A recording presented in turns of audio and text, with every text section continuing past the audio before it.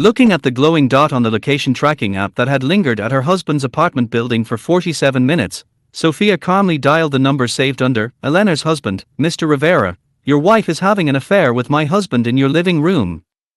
Want to come up and catch them in the act together? There was a 2-second silence on the other end, followed by a response that sounded almost amused. Be there in 5 minutes.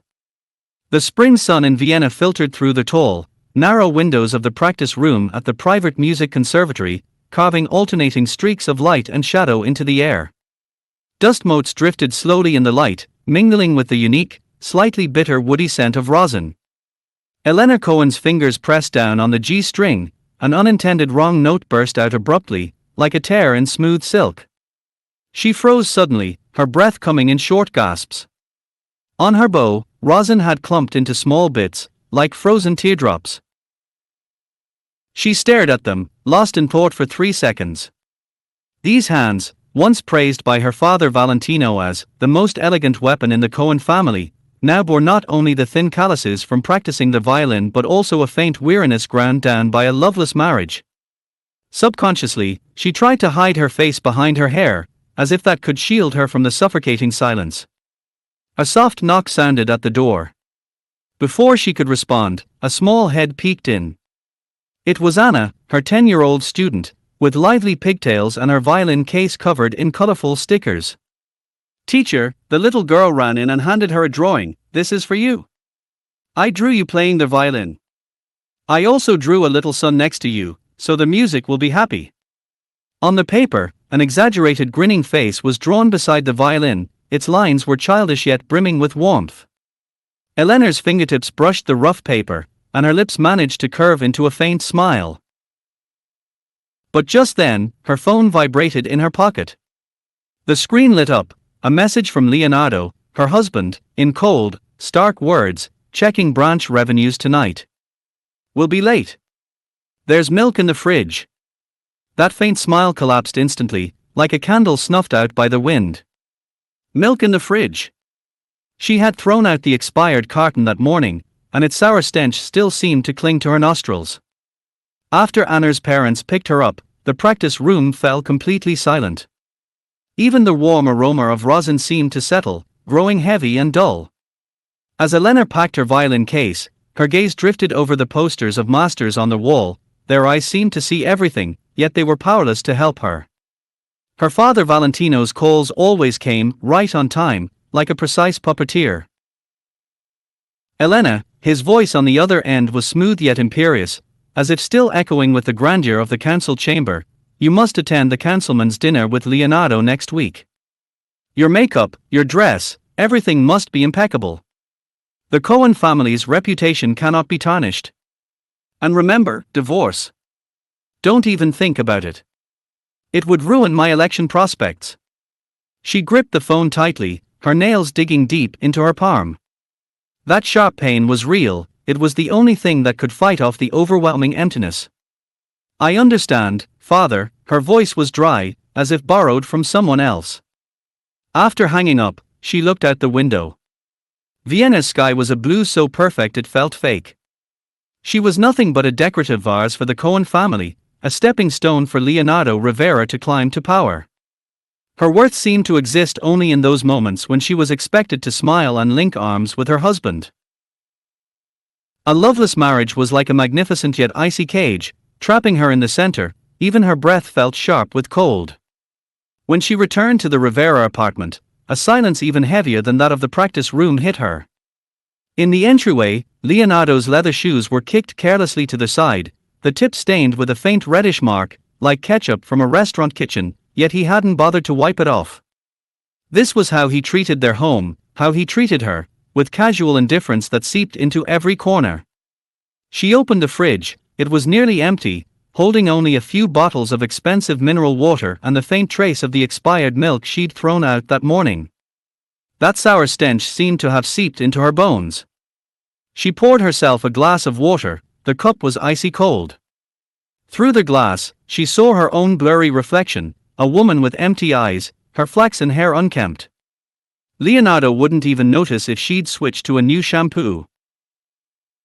There was no warmth here, no sound, only the beat of her own heart, thudding against the walls of this empty cage called home.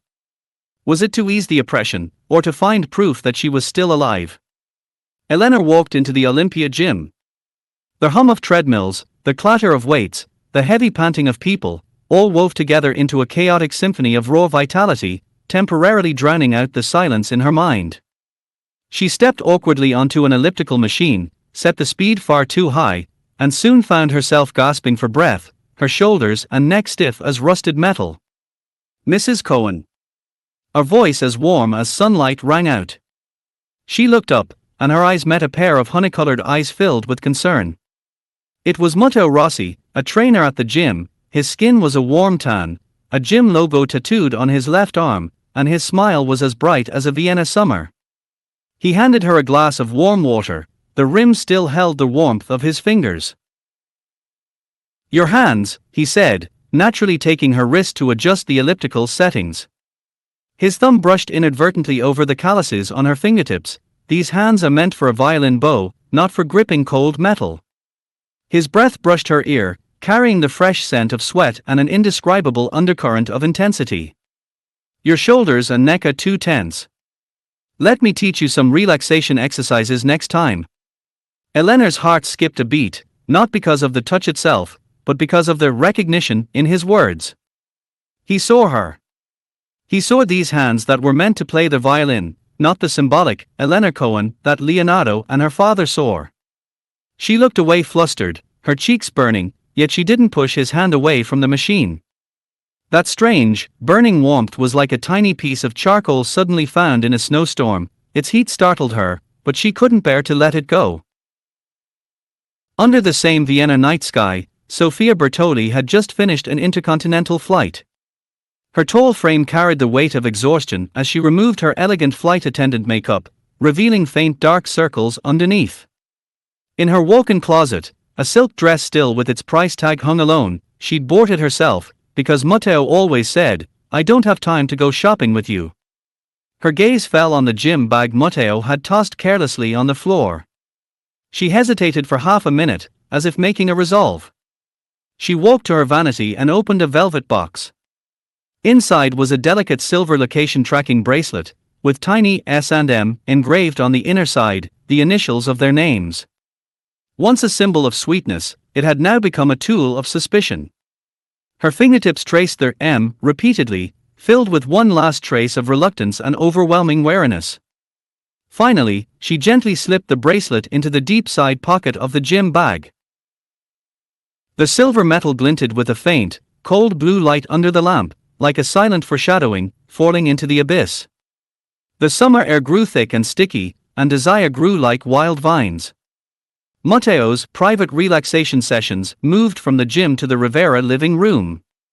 Leonardo always had endless overtime, endless branch checks.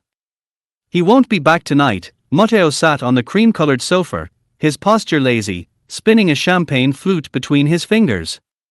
The golden liquid bubbled with tiny bubbles, which popped with soft sounds, as if celebrating a shared secret. Elena stood, her gaze involuntarily drawn to the coffee table. There lay Leonardo's wedding ring, platinum, with their wedding date engraved on the inner band, coldly reflecting the ceiling light. It was like a silent judge. "This is wrong." She stepped back half a step, her voice faint, as if trying to convince herself. Suddenly, Matteo stood up, moving so fast she had no time to react. He grabbed her wrist, his grip wasn't tight, yet it carried an unrefusable firmness, and gently pressed her against the cold floor-to-ceiling window. Vienna's night view spread out behind them, thousands of lights glowing, yet none could illuminate the chaos in her heart. "He doesn't love you," his kiss fell, carrying the sweet-sour taste of champagne. He whispered against her ear, each word like a hammer striking her crumbling resolve, "He doesn't understand you at all. I'm the one who truly cares about you." At first, Eleanor's hands pushed against his chest. She could feel his steady, warm heartbeat, and the taut muscles beneath his thin shirt. That warmth burned her. Her sense of morality screamed, but the volcano in her body, frozen for so long, craved this almost rough warmth. Slowly, her hands stopped pushing. Instead, they tightened their grip on the fabric of his shirt, her knuckles whitening. Her silk shawl slipped quietly onto the expensive carpet, like a white flag of surrender. On the other side of the city, Leonardo Rivera's office was icy cold with air conditioning. His suit was perfectly pressed, and the badge of his restaurant chain on his cuff glinted with a hard, cold light. His assistant Marco Toni, a young man who always wore black-rimmed glasses and never left his notebook behind, placed a stack of documents respectfully on his desk. "Sir, these are all the evidence we could find of Councilman Valentino's embezzlement." Marco's voice was low. Leonardo flipped through the papers slowly, twirling a fountain pen between his fingers. When he turned to one page, his movements froze. It was a copy of an invoice for a valuable violin, paid for with public funds, and the recipient was listed as Elena. His eyes showed no emotion, but the corners of his mouth lifted into a faint, cold smile. He looked up at Marco. "Keep a close eye on Elena. Get clear photos of her recent social activities, especially with that gym trainer." Marco hesitated. "Sir, do you really want to treat Madam this way?" Leonardo let out a low laugh, like ice cracking. "Madam. She's just the most convenient stepping stone from the Cohen family. Now, it's time for this stepping stone to serve its final purpose." His ambition had never been hidden, nor did it need to be. He'd worn the mask of tenderness for far too long. It was time to tear it off. During Sophia's break between flights, she sat with her friend Lena Farini, a flight attendant with a neat short haircut who always had a mint in her mouth, in an airport cafe. Lena pushed her tablet across the table. The screen showed a clip from the security camera at the front desk of the Olympia gym. In the footage, Matteo was leaning over with a smile, wiping sweat from Eleanor's neck with a towel, his fingers accidentally brushing her exposed collarbone. Sophia stared at the screen, her fingertips unconsciously crumpling the coffee coaster in her hand. A tear fell suddenly onto the rim of her cup, splashing into tiny droplets. So this was what it felt like to be heartbroken beyond tears, like a cold hand squeezing her heart tightly, leaving her breathless. "Sophie, stop deceiving yourself." Lena took her cold hand, her tone filled with sympathy and unwavering clarity. "He's not the same Matteo anymore." Sophia sniffled and lifted her head sharply. Her eyes were still red, but the vulnerability in them had been replaced by a determined coldness. "Help me find out everything about that woman, her address, her job, and," she paused, her voice steadying, "help me contact the best divorce lawyer in Vienna." Elena tried to find peace in teaching, but Matteo's shadow haunted her everywhere. Right after finishing a lesson, Anna trotted after her and tugged at the hem of her dress. "Teacher," the little girl looked up at her, her eyes as clear as the Danube. "The music you've been playing lately sounds so heavy and sad, like the Danube on a rainy day." She held up another drawing. "So I drew another little sun and stuck it on your violin case. Now the music will be happy again." Elena knelt down and took the bright, colorful drawing. The sweet strawberry scent of Anna's shampoo drifted into her nose, and for a moment, she was transported back to her own 10th year, clutching her beloved violin, telling her father, "I want to play the violin for the rest of my life." How thick was the layer of dust that had covered that pure joy and passion?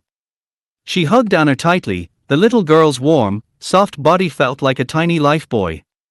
But then her phone vibrated in her pocket. A text from Matteo, short and to the point, yet carrying an unrefusable heat. "See you tonight. Miss you." The flicker of her original aspiration, just awakened by Anna, was instantly pulled back into the quagmire of desire. Her heart tore between the lingering warmth of her dream and the temptation of forbidden love. The locker room reeked of a mix of shower gel and sweat. Elena was about to leave when a woman in a sleek tracksuit, wearing a business watch on her wrist, Clara Muller, started touching up her makeup and spoke as if in casual conversation. "Are you waiting for Matteo too?"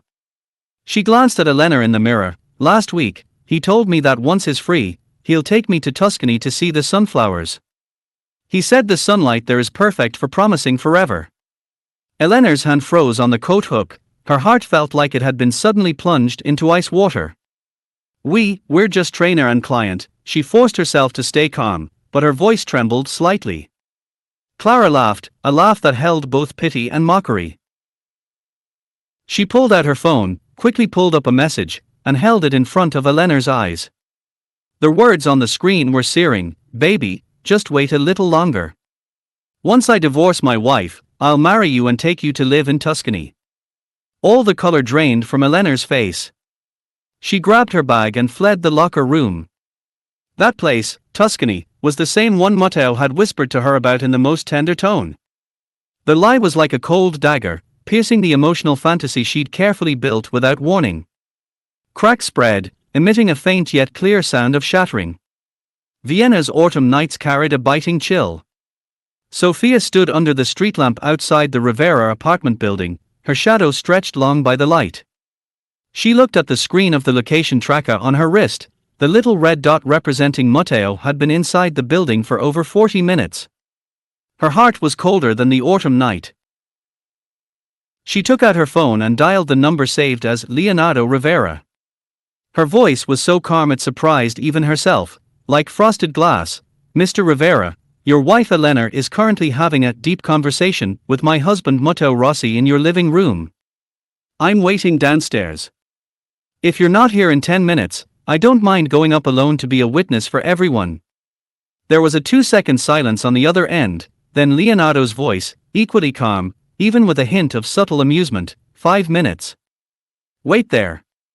He hung up, picked up the divorce papers he'd already prepared, and ran his finger lightly over the name, Elena Cohen, as if crossing out an insignificant label. The spare key turned in the lock with a soft click. The door creaked open, and the scene in the living room was like a carefully composed yet hideous still life. A tilted champagne flute, its liquid spilling into a dark stain on the carpet, a discarded silk shawl, Eleanor's face, her hair disheveled. Matteo, as if burned, pushed her away suddenly, scrambling to grab his clothes off the floor, his face a mix of stunned embarrassment and instinctive selfishness. Time seemed to stretch. Elena could see the cold, unsurprised anger in Leonardo's eyes. She could see her own pale face reflected on the screen of Sophia's phone. The air reeked of the cloying sweetness of champagne and the stench of ruin. Leonardo moved with shocking speed. He rushed forward, grabbed Matteo by the hair, forced his head up, and slapped him hard across the face. Their crack echoed through the silent living room. "Who do you think you are?" Leonardo's voice was low, simmering with the dangerous calm before a storm. "Daring to touch my wife in my house." Sophia's phone camera panned calmly over the scene, scattered underwear, Matteo's wedding ring lying on the floor, the blanket Elena was using to cover herself. Her voice was like an ice pick, piercing straight at Matteo. "Matteo, you said you'd give me the best of everything in the world. Is this what you meant, bringing someone else's wife into someone else's home?" Every word dripped with poisoned mockery and the coldness of a dead heart. Elena wrapped the blanket tightly around herself, tears pouring down her face. She stumbled toward Leonardo, grabbed the hem of his suit, and begged incoherently, "Leo, we were just confused for a moment, please, forgive me this once." Leonardo her hand violently, so hard that she stumbled and nearly fell. His face showed no trace of compassion, only utter coldness and a hint of satisfied disgust. He pulled the divorce papers from his briefcase and threw them at her feet. The papers spread out like pale fallen leaves. "Forgive you?" He sneered and pointed out the window. "I've long been tired of this marriage. You just gave me the perfect excuse. By the way, I've already handed over the evidence of your father's embezzlement to the prosecutor's office. The Cohen family is finished. And you," he looked down at her, his eyes like those of someone staring at a piece of trash, "don't delude yourself into thinking you can rely on anyone anymore." Eleanor's gaze fell on the clause in the papers that read, "Voluntarily waives all assets." She looked up dazedly at the man she'd shared a bed with for years, now as strange as a devil. So the indifference she'd felt had long turned into a coiled viper, waiting only for the right moment to strike a fatal blow. Her legs gave way, and she collapsed onto the cold floor. Her world crumbled completely. Sophia's next battlefield was the Rossi family clinic. The elegantly decorated waiting room smelled of disinfectant. Certificates of honor belonging to Dr. Rossi Sr. hung on the wall, silently declaring the family's respectability. Carla Rossi, Matteo's mother, wore expensive pearl earrings and sat primly on a leather sofa, stirring her coffee slowly. Her tone was filled with condescending arrogance. "Sophia, I know you've been wronged. But divorce? Matteo put the down payment on that apartment. What right do you have to claim half of it? Rossi family assets will never end up in the hands of an outsider." Sophia slammed a stack of developed, unsightly photos onto the polished coffee table with a loud slap. "Right. I have these. Evidence of his infidelity. Mrs. Rossi, which do you value more, the Rossi family's respectability, or a court verdict?" Her voice was soft, but every word cut like a knife. Carla's hand froze mid-stir, the brown liquid sloshed violently, spilling onto the white tablecloth and leaving an ugly stain. Her face turned livid. The arrogant mask she'd so carefully maintained finally cracked. Interests and respectability clashed fiercely in that scented room. The winter sun was pale and cold. Elena stood in the conservatory principal's office, wearing a simple sweater and trousers, her face free of makeup.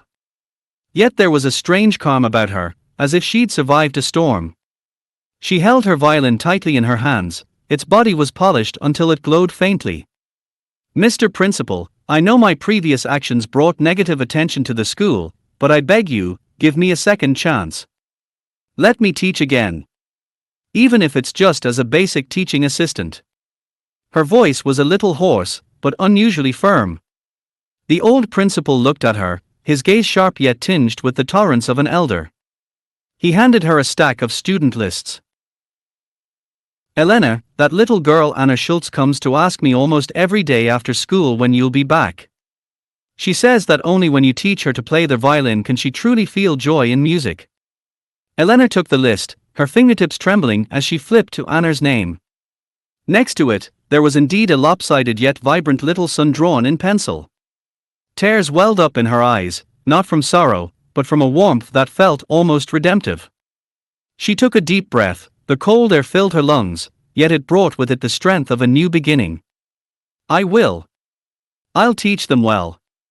This time, not for her father, not for her husband, not for any illusory love, only for herself, and for that passion for violin music that had never truly died." Vienna International Airport was crowded with people. Sophia pulled a brand new suitcase, filled only with her own things. Lena helped her adjust a bracelet made from her old pearl necklace. Sunlight streamed through the huge glass windows, gilding the pearls with a warm, understated glow. "Your first flight on the new route is to Reykjavik. I heard the chances of seeing the northern lights this season are really high." Lena smiled and handed her a mint. Sophia looked at the huge plane waiting to take off in the distance. Sunlight bathed her face in a golden halo. She had once been so afraid of losing her marriage, so afraid of losing the false security that came with the title Mrs. Rossi. "Lena," she said softly, her tone lighter and more certain than ever before, "I used to think that losing my marriage meant losing the whole world. But now I know, losing myself is what's truly terrifying." She turned and hugged her friend tightly. "When I come back, I'll take you to see the northern lights in Iceland." Leonardo Rivera sat in his enormous, yet eerily empty office. A huge map of his restaurant chain acquisitions hung on the wall, proof that his business empire had expanded once again. On his desk, a newspaper lay open, reporting on Valentino Cohen's conviction.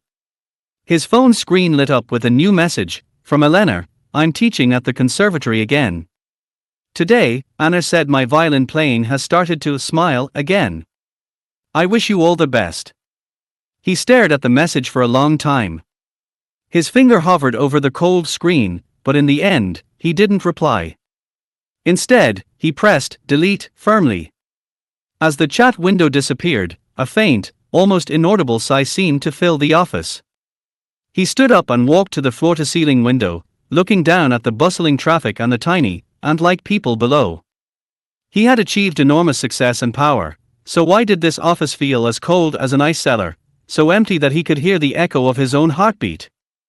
An unprecedented loneliness washed over him, engulfing him completely. Matteo Rossi huddled on the floor of the clinic's attic. Empty wine bottles were scattered around him. The attic was low and dim, cluttered with discarded medical equipment and old items, reeking of dust and mildew. His phone screen kept lighting up, filled with desperate messages from Elena, is Tuscany still a promise, and final divorce notices from Sophia's lawyer, written in sharp, uncompromising language. He grabbed the location tracking bracelet Sophia had given him, once engraved with "Forever with You," and smashed it against the wall with all his strength. The bracelet shattered instantly, plastic and metal shards flew everywhere. A sharp piece bounced back and cut his finger.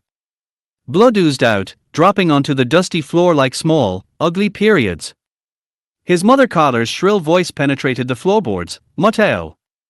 Stop moping over that worthless woman.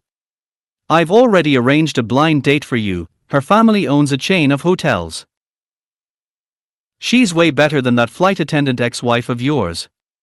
Mateo covered his face tightly with his uninjured hand, his shoulders began to shake violently. A overwhelming, belated regret wrapped around his throat like an invisible hand, silencing him completely. He had lost Eleanor's admiration, lost Sophia's forgiveness, and finally, lost the last of his parents' patience. He had ruined his life, leaving himself utterly alone. Eleanor sat by the window of a cafe along the Danube.